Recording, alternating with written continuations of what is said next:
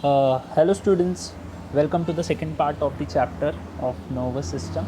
In the last lecture we have completed till the parts of the brain, and today we are going to start from here only the parts of the brain. So in the last lecture we have already discussed about these three parts: cerebrum, velum and the medulla oblongata. Okay, so first we are going to discuss the cerebrum. See, first of all, you should understand what do you mean by the word cerebrum. Cerebrum means the brain. Okay, and this is the largest part of the brain. See, as the brain have been divided into three parts, and out of this cerebrum consists most of the parts. Okay, what is the function of the cerebrum? It controls all the voluntary actions. What do you mean by voluntary actions? Which are under our control. This cerebrum serves for the seat of intelligence, consciousness, and the willpower. Okay, what does that exactly means? This is the main function. Okay, they might ask you in exams what are the functions of the cerebrum. So you should write that they work for the seat of intelligence, consciousness, and the willpower. Okay, suppose I tell you to pick up the pen. So what are the things? See, what are the things you have seen out there?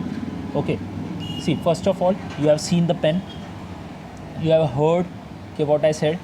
Okay, all these functions, hearing function, picking up function, thinking over it has been done, and vision part. Okay, as you have saw the pen also, all these functions were happening at the in the cerebrum. So that is why this is one of the importance. Intelligence. See, this is one general knowledge wala part. KC, cerebrum. It has convolutions. What do you mean by the word convolution? Means the intelligence. Okay, in an easier term, intelligence. See, who is more smart? The person who has a lot of convolution. And who is weak? Who has the less convolution. So more convolution, more intelligence. Less convolution, less intelligence. Let's understand with the help of an examples. See, we human, an adult brain consists of around 1.35 kg. Okay, the size of the brain in each and every humans is the almost same. Okay, that is around 1.35 kg. But then too, each person intelligence differs from the other. A person who is smart with the math subject, it's not so that the other person will also be the smart, because there was a certain amount of the convolutions which makes him smarter than the other person. So convolutions are nothing but the size of the intelligence. See, the size of the brain of each and every person is the same, but this is due to their convolution powers whom makes them intelligent. How does a cerebrum looks like? This is the largest part of the brain. See, according to biology, we have studied two regions. Okay, two regions. As of now, I'm just giving you an example to make you understand. Two regions. The outer region is called the cortex, and the inner one is called as the medulla. Okay, the outer one is called the cortex, and the inner one is called as the medulla. The outer cortex is usually gray in color. This cortex region has the color gray, and this medulla has the color, it's appear whitish in color. Okay, this is bit of the dark region. Why this region is dark? They might ask you for an objective based question. So because this is gray due to the presence of the cell body. Due to the presence of the cell body. And why this is white? Due to the presence of the axons. So the outer region is made up of the cell body, so that is why it is grayish in appearance. But the inner structure is whitish in nature due to the presence of the axon. Means this axon is imparting the color, and this cell body is imparting the color. See, suppose this is a brain, okay, so there are many such kind of things. Like what I'm making is, these are the convolutions which I'm making, okay. See, the more the amount of convolution, the more the intelligence, as I already mentioned. But as it has the more amount of convolution, it helps to accommodate a lot of nerve cells, so that is why the person is intelligent. It helps to accommodate nerve cells, okay. It helps to accommodate nerve cells. So more convolution will help you to increase up the number of the nerve cells. Less convolution will have the lesser number of the nerve cells, and this nerves, because of this nerve only, the person intelligence get tested out here. So this convolutions, these folds are called grahi. See, these are the folds. You can understand like this. And suppose you can understand like this. Suppose this is a finger, okay, this is the nail part. If I am going to bend this, it will appear like this, okay. If I am going to bend, so this fold is called the grahi. And when I am folding up my finger, you can assume on your fingers also, so there is a gap, okay, there is a gap. This is called the sulci, okay. What do you mean by sulci? Sulci means the creases, okay. If you look at your palm, okay, if you look at the palm, there are many of the lines, so these are nothing but the creases. So same like that, the creases has been formed. And this grahi and sulci, you can also call them as the ridges and the grooves, okay. Ridges and the grooves, which is a geographical word.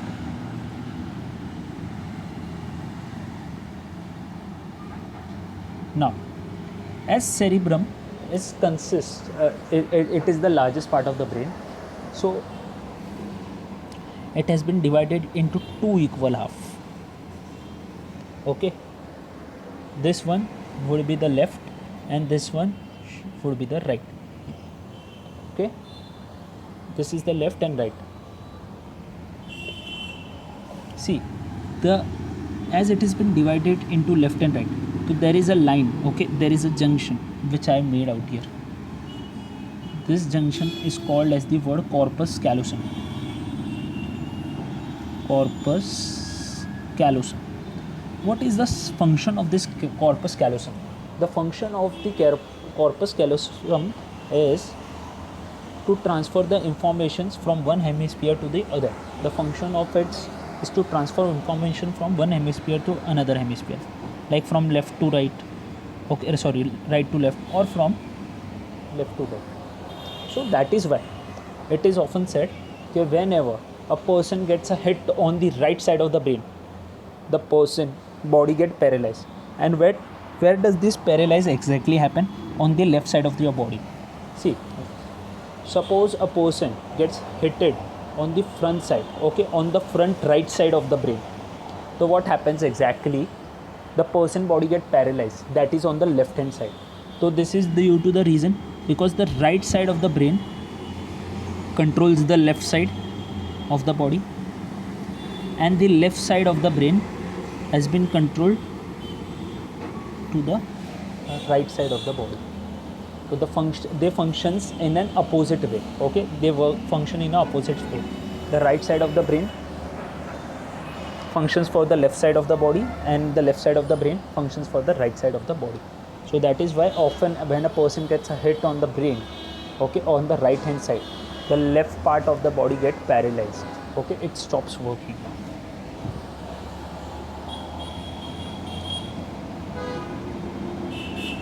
It also helps in the subconscious mind, okay. Subconscious minds, which what? See, many of the past experience, okay, the incident or the experience which have been previously experienced, we could remember them for a longer period of a time. This is due to the cerebrum, because this cerebrum helps to store the information part.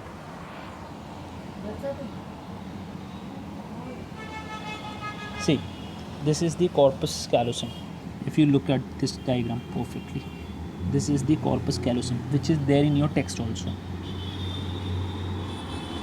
And this is the cerebral hemisphere, is nothing but the cerebrum part only, which is the largest one. Okay. So this is the corpus callosum, which helps to transfer the information. And these are nothing but the gyrri and the sulci. See this gyrri and this sulci. So the sulci is the gap, and the gyrri, as I said, you have to bend up your finger so that you could easily understand this part.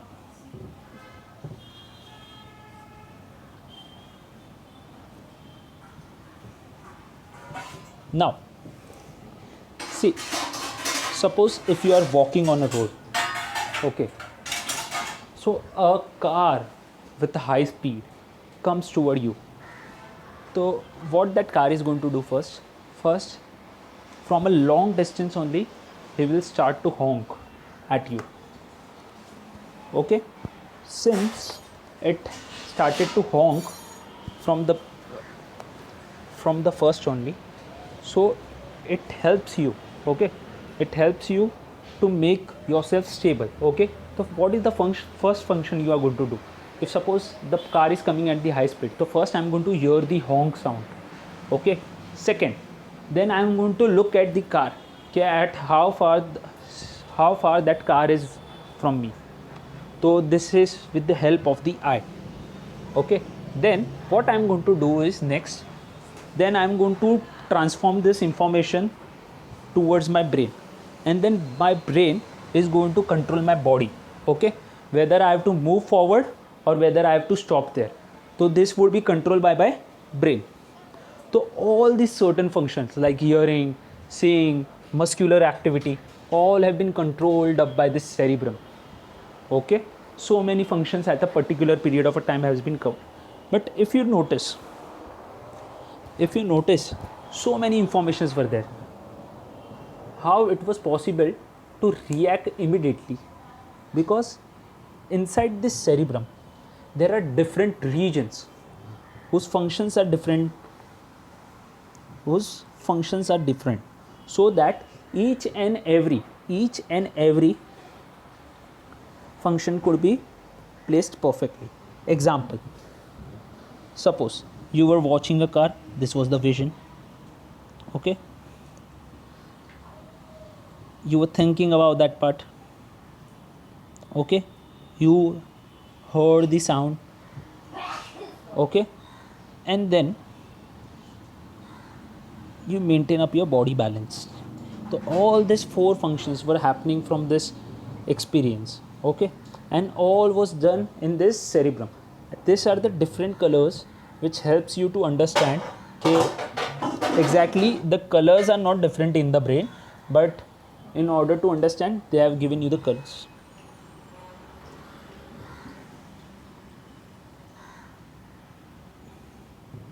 Now the second one, cerebellum. Cerebellum is also called as the little brain. Okay, the main and the vital function, the function of this cerebellum is the maintains the balance of the body first, and it helps in the coordination of the muscular activity. Okay, what does that means? Maintains the balance of the body and coordination of the muscular body. Let's take an example. Suppose this is a pose and this is the second pose. Okay, this is the first person, second person. Okay, or you can call it as a normal person, and this is the drunkard person. While walking on the road, this person could easily control up its muscles like legs. Okay, legs, hands, he could easily control and could walk easily. Okay, on the road. But the same person who has drunk a lot could not easily balance up his body. Okay, he couldn't balance up his body. He was walking clumsily. Okay, what does that means? Not walk. He was not walking properly. Clumsily means what? He was not walking properly. Okay, because this person who was a drunkard person, okay, why he was walking clumsily? Because his cerebellum at that period of a time was affected due to the alcohol. So that is why he was unable to coordinate his muscular movements. So that is why this is very important, and this was the part of the reason at the same period of a time. See, so standing up, walking, all these functions have been controlled by this cerebrum. Okay, and it has no convolutions, means no intelligence level. Okay, instead of that they have just the furrows. What do you mean by furrow? Furrow means a gap. Okay, suppose this is the brain and this gaps like this. See now this diagram.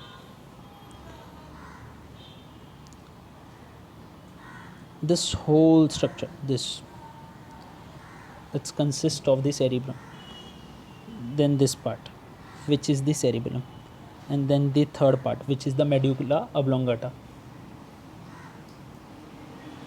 Okay, inside this thalamus the function is very important. What is the function of this thalamus? Thalamus is a part of a brain where all the information gets stored up. Like I have given you example, a person who was walking on the road and with a high amount of a speed, the car was traveling toward him. So what was his experience of hearing, seeing and all? So all this information was first stored in the thalamus, and this thalamus have decided where to transport which information. Like seeing, okay, but like seeing of the car was done by this occipital lobe. Okay, hearing part, each and every part word have been transferred up by this thalamus. Okay, so this thalamus who decides okay, how to transport the information and where to transport the information. Now medulla oblongata. The medulla word means the innermost, and the word oblongata means elongated. Okay, innermost, and which is elongated. First, this is the lowest portion of the brain located at the base of the skull. Okay, what does that means? See, medulla oblongata, it's also called as the brain stem, because this medulla oblongata provides the junction between the brain and the spinal cord. Suppose this is a brain and this is the spinal cord. So this is the medulla oblongata which I am making out here. Medulla oblongata. So this medulla oblongata is also called as the brain stem. Okay, because it provides at the junction between the brain and the spinal cord, and it controls all the involuntary functions of the body. See the previous ones, that is the cerebrum and the cerebellum. This was functioning for the voluntary actions in our body, but this medulla oblongata was functioning for the involuntary part of the body. What does involuntary part of the body means? Beating of the heart, movement of the breathing, each and everything. Okay, like salivation means to secrete saliva, all was taking place due to this medulla oblongata. So this all was the involuntary function which was performing by this medulla oblongata. So remember one thing, if suppose a person gets a hit on the back, in many of the episodes of the Crime Patrol or Southern India, they always shows a person has been hit badly on the back of the head. So what happened at that period of a time? When a person gets a hit on the back of the brain, it's medulla oblongata. Suppose this is a brain, okay, this is a stem, this is the spinal cord. So this part here, which I'm shading out here, this medulla oblongata get struck by any of the hard object. Suppose like in a hammer, he got stuck very badly on the back, and the person immediately died. Why? Because this part of the brain, that is the medulla oblongata, functions for the involuntary part like the heart, okay, breathing and all. So this function automatically gets stopped because due to this heat, and person can immediately die if a person get hit on the medulla oblongata. There are three primary regions of the brain, that is the forebrain, midbrain and the hindbrain. The forebrain consists of two parts, that is the cerebrum, which we have already discussed, and the forebrain means the frontal part of the brain, okay, and the second one is the diencephalon, okay, diencephalon. Now inside this diencephalon, again two junctions are there, that is the thalamus and this is the hypothalamus. What is the function of this thalamus? This thalamus helps in release pain and pressure. Suppose if your body is paining or you got an hurt, so this has been controlled by this thalamus. So we could easily feel okay, our body is paining or something like that. What is the function of this hypothalamus? See, this word hypothalamus you have already heard in the pituitary gland also. It helps to regulate the body temperature, okay, it helps to control the body temperature. So if your body is excessively heated or your body temperature is too low, so this hypothalamus helps to regulate and bring back into its normal temperature, that is around 37.6 degrees Celsius. Then second is the midbrain. Midbrain does not have any of the region, okay, it does not involve any of the parts.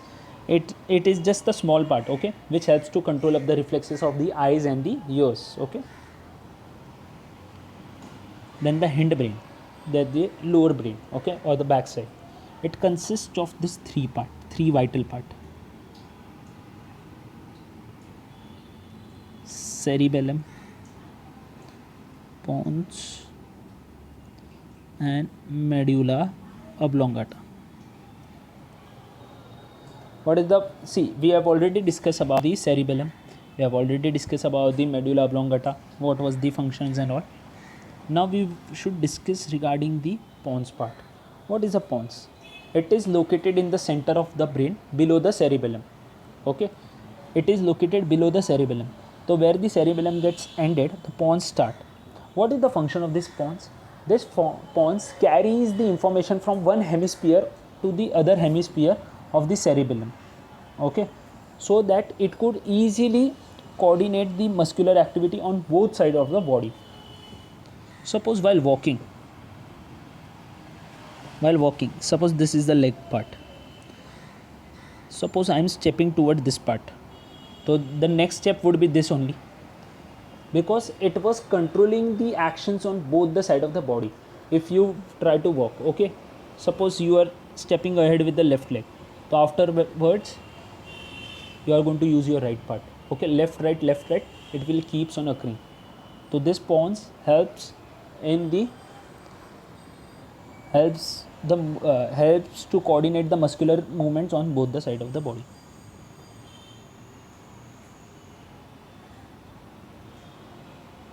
This forebrain, which I have discussed right now, cerebrum and midbrain also, and the head brain also.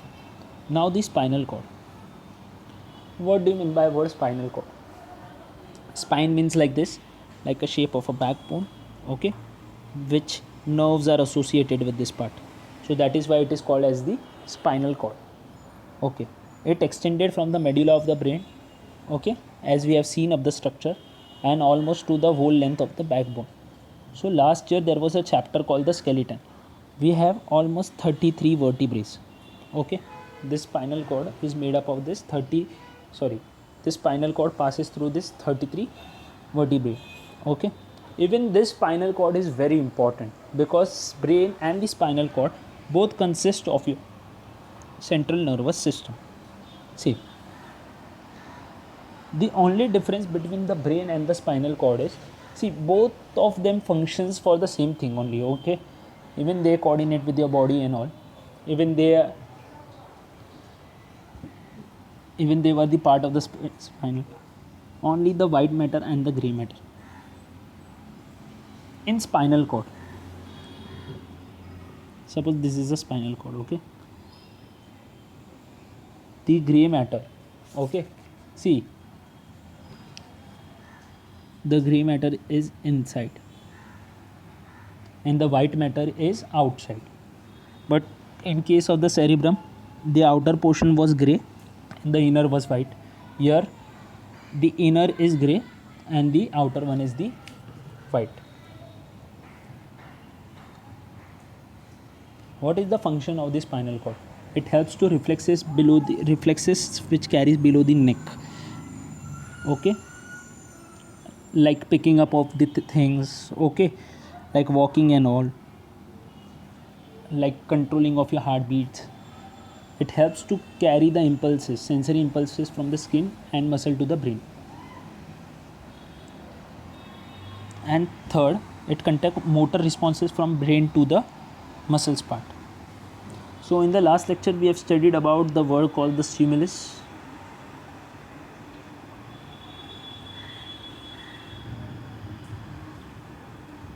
Sensory part transport the message to the brain or the spinal cord, then from brain to the spinal cord it can carried by the motor, and then motor passes the message to the effector where when to remove the hand and or the effector part.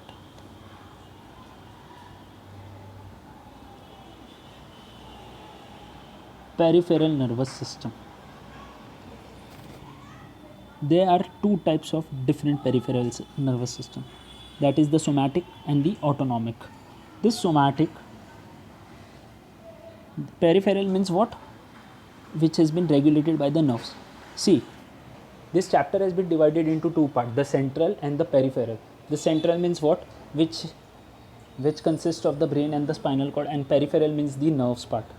Okay, so this has been carried out by these two, somatic and the autonomic. What is the function of the somatic? Somatic helps with the body control. Okay, body nervous system. And this autonomic means what? Which automatically get controlled up. Somatic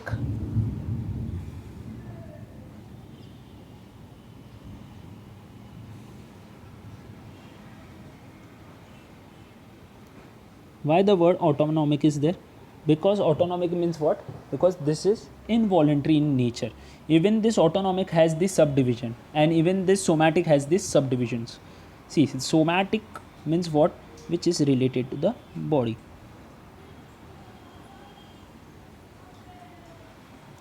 So they consist in the two sets of nerves. They are the cranial nerves, which helps to carry the impulse towards the brain, and the other one is the spinal nerve. The word cranial comes from the skeleton, cranium. Okay, how many cranial nerves are there? They will ask you in exam. So always remember 12 pairs. And how many spinal nerves are there?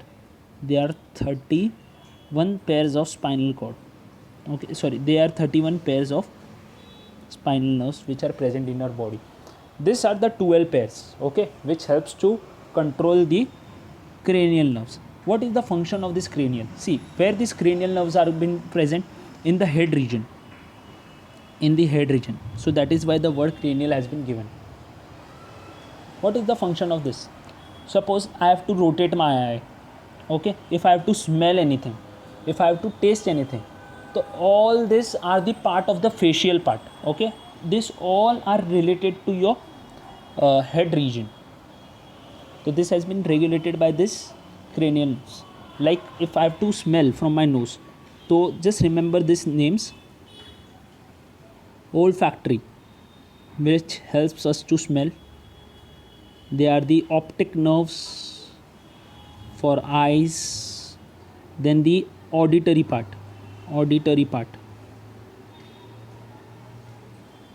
which helps for the hearing. Okay. Then the spinal nerves, they are 31 in number, 31 pairs. What is the function of the spinal nerves? See, they helps to control the reflexes which are below the neck, like heartbeats, okay, the kidney region, the digestion part. This all has been taken place by the spinal nerves.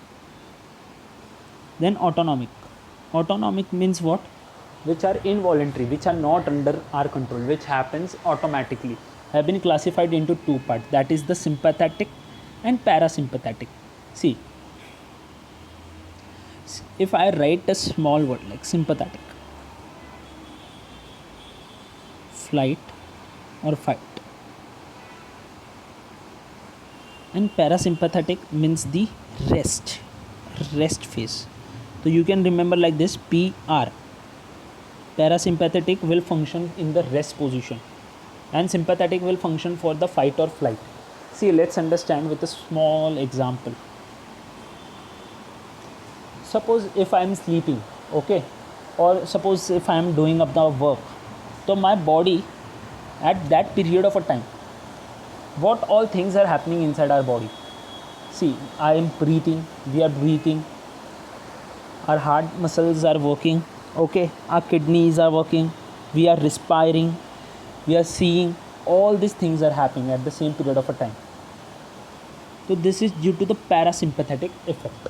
But at the same period of a time, if all this workings changes, like my heart starts to throb fast, okay, my breathing automatically gets stopped for a few seconds, okay, my pupils get dilated, okay, all these things comes under this sympathetic. So that is why sympathetic, I have written a word called fight or flight, which is related to the endocrine system. In endocrine system, we have studied about the one important hormone, that is the adrenaline. What was the function of this adrenaline? See, whenever if there is an emergency situation, okay, emergency situation like too much emotions, happiness, pleasure, pain, any of the things, okay, stress, anxiety, any of the things, they have been controlled up by this adrenaline glands, because they are also called as the emergency hormone. At the same period of a time, they are also called as the fight or flight hormone. So let's take an example to understand sympathetic in more perfect way.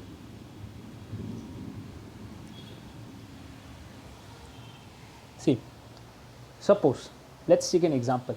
If a thief comes at your place, okay, with a knife in his hand, and suppose you are watching the TV at that particular period of a time, and suddenly a thief came inside your house, so what is going to happen at that period of time? Your body was functioning normally at that particular period of a time, but when, as soon as that thief entered with a knife in his hand, okay, your heart beats automatically got increased, okay, your pupils get dilated, okay, at that period of a time your bronchi got dilated. Bronchi means your respiratory part got increased automatically. All these things happens at a particular period of a time.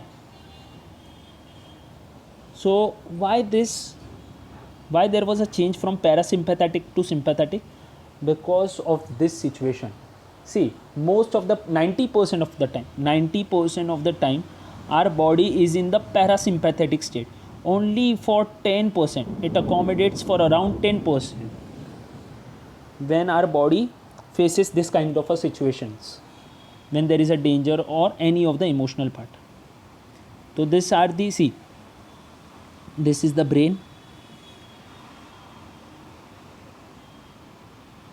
and this is the spinal cord, which helps to control this heart, lungs, gastric juices, glucose like liver function, kidneys, intestinal part, bladder.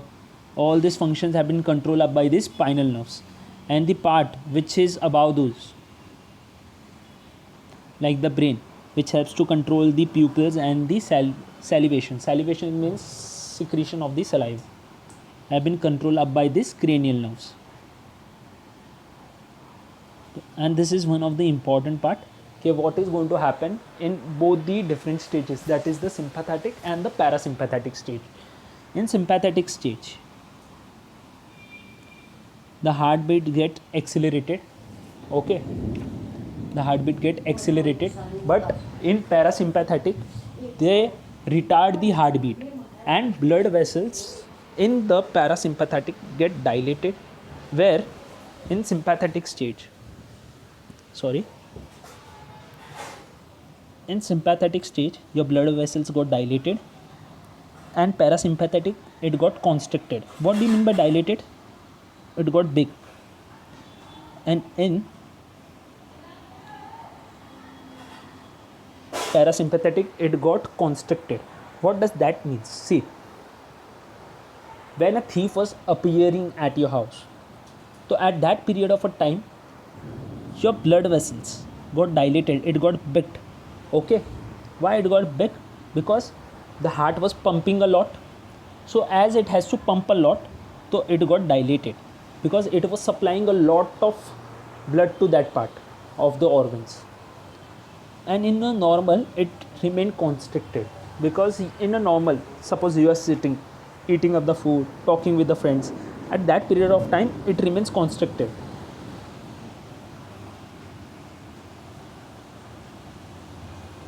Your lungs get dilated, means your respiration keeps on increase. A normal human adult respire for around 12 to 18 times in a minute, respires for 12 to 18 times in a minute. But when this kind of a condition occurs, so this respirations changes from around 21 to 24. Okay, so you respire more, so that is why your bronchi are diluted. Intestinal peristalsis get decrease. Peristalsis means what? Easily understand, digestion.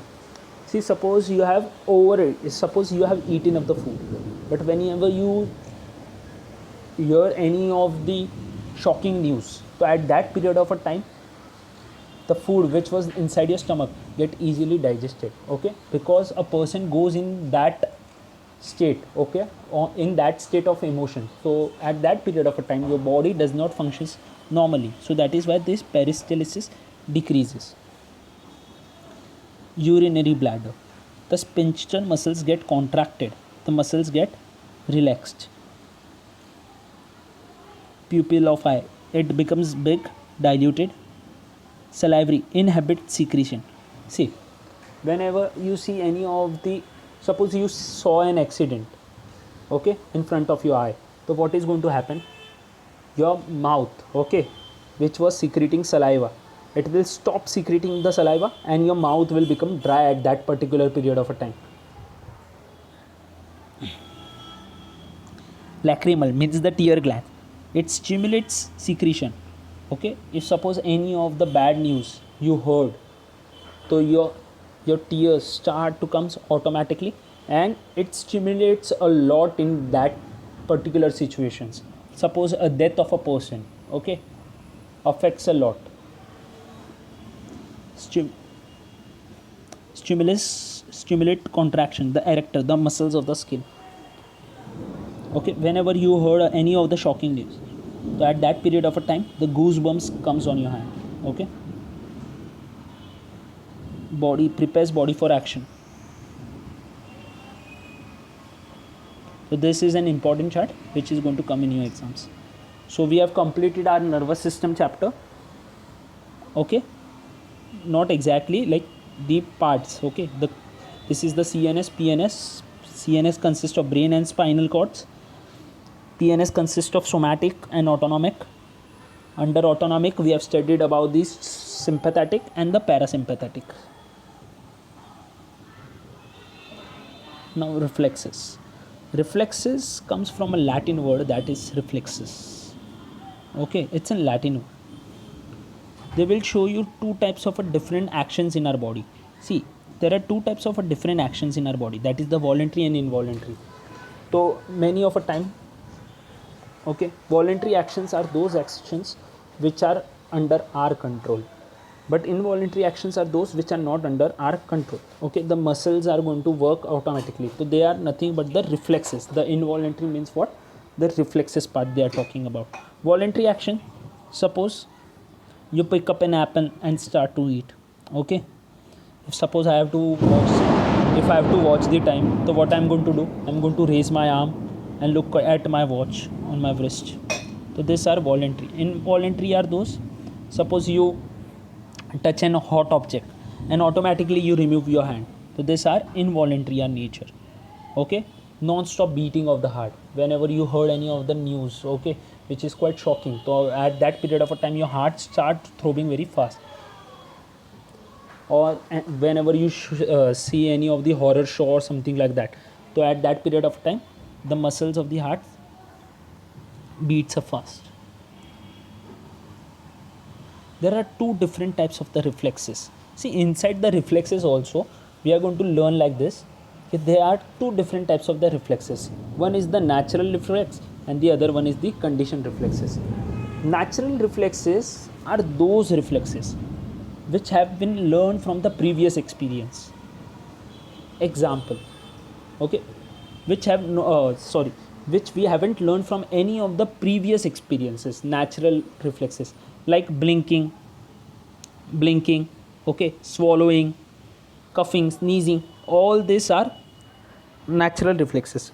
These actions have not been learned from we have not learned of this reflexes from our parents. Okay, how to blink up the eye, how to swallow the food, this was naturally whenever we were born, this was naturally accommodated in our body, so that is why these are called the natural, because we have not learned from this previous experiences. But conditioned reflexes are those reflexes which we have learned from the previous experiences. Like suppose if you have given a guitar to play, so if you don't know how to play a guitar, so definitely you won't be able to perform on the stage. But after few months, okay, after few months, like after 2 or 3 months or after a year, you become pro in that part. So how it was possible? So it was only possible due to the previous experiences. Whenever you were riding the bike for the first period of a time, so it is obvious that you were scared, okay, and due to that scaredness you was not able to drive it efficiently. But after learning for a week or a 2 week or a month, you became used to of that part. So that is why this is called the conditioned reflexes. Conditioned reflexes are learned from the previous experiences. Learn from previous experiences.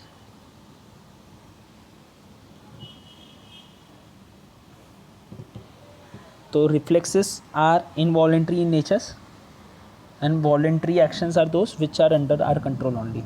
So you can read this part, okay.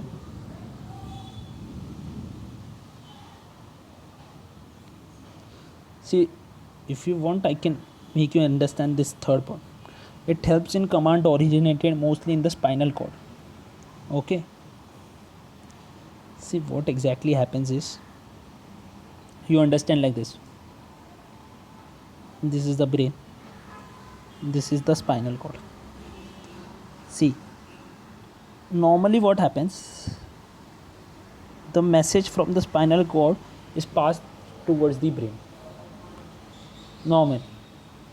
But suppose a hot object, okay, if suppose you touched a hot object, so at that period of a time this message does not travels toward the brain, it comes back from the spinal cord only. See this diagram, this B1, what is happening out here, this message is turning towards that part, because removing of the hand is an instant, it's a very fast reflexes.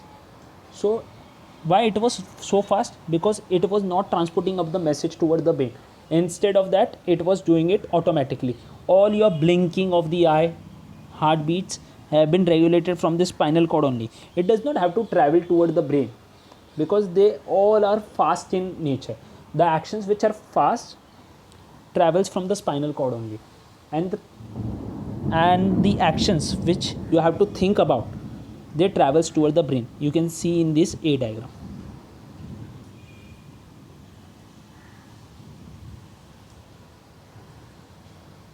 Now this is a small experiment, and this is one of the important diagram.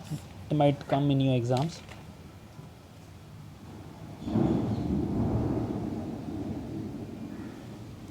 See, suppose this is your hand, this is a iron nail. Iron nail means a stimulus, and this is your hand. Receptor in skin means what? You are feeling with your hand, right? And it got pricked. Okay, you can see this iron nail going inside your skin part. So what is going to happen? This message is going to transport through this neuron. The name of this neuron is the sensory neuron. Okay, sensory neuron. Then this sensory neuron will carry the message toward the spinal cord. So there is an association out here. So this is called the association neuron. What is the function of this association neuron? This will take up the command and immediately it will try to send toward the effector part through this motor neuron. See, three types of neurons are there: sensory neuron, motor neuron, and the association neuron, which provides a junction between this sensory and the motor. What is the function of this association? Which helps to transport of the information which was carried from the sensory towards the motor. And this was the effector part. Effector part means what? Suppose the iron nail was pricked on your hand. So what is going to happen? Immediately you are going to remove the hand. Okay. So effector means what? You are removing your hand. So where was the effect of pricking up on your hand? So you removed the hand. Suppose you touched the object which was hot, immediately you removed your hand. So the effector part means where it took place. And this is the dorsal root, and this is the ventral root. What do you mean by dorsal root and ventral root? Dorsal root means what? The back root, and the ventral means the front side. Okay, because it is carrying the message. The sensory neurons was carrying the message toward the brain. So this is due to the help of the dorsal root. And from the spinal cord toward the motor neuron, it was with the help of the ventral root. And they might ask you these two namings as well. This is the dorsal root ganglion. Okay, this one naming they might ask you. This is the dorsal root ganglion. What are the ganglia? See, I have given you the examples. They are the mass of the aggregates of the cell body.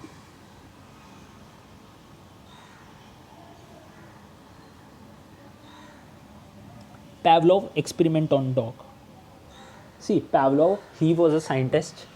He tried to do an experiment on a subject, that is a dog. Okay, what he did is, it is very interesting thing, and it's very knowledgeable and applicable for the application reasons also. Okay, they might ask you in a give reason part, this part. Suppose there is a bowl. Inside that bowl there was a food which was kept for the dog. So what happened at that period of time?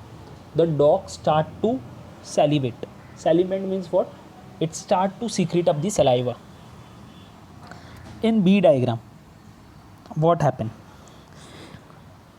We were ringing a bell, but at this ringing of a bell, the dog does not salivate. Okay, at that, in B diagram, the dog does not salivate. Okay, due to the ringing of the bell. Now in the third part, what we did is very important one. Okay, the dog starts to salivate when he saw the food. Okay, and this was a ringing bell experience.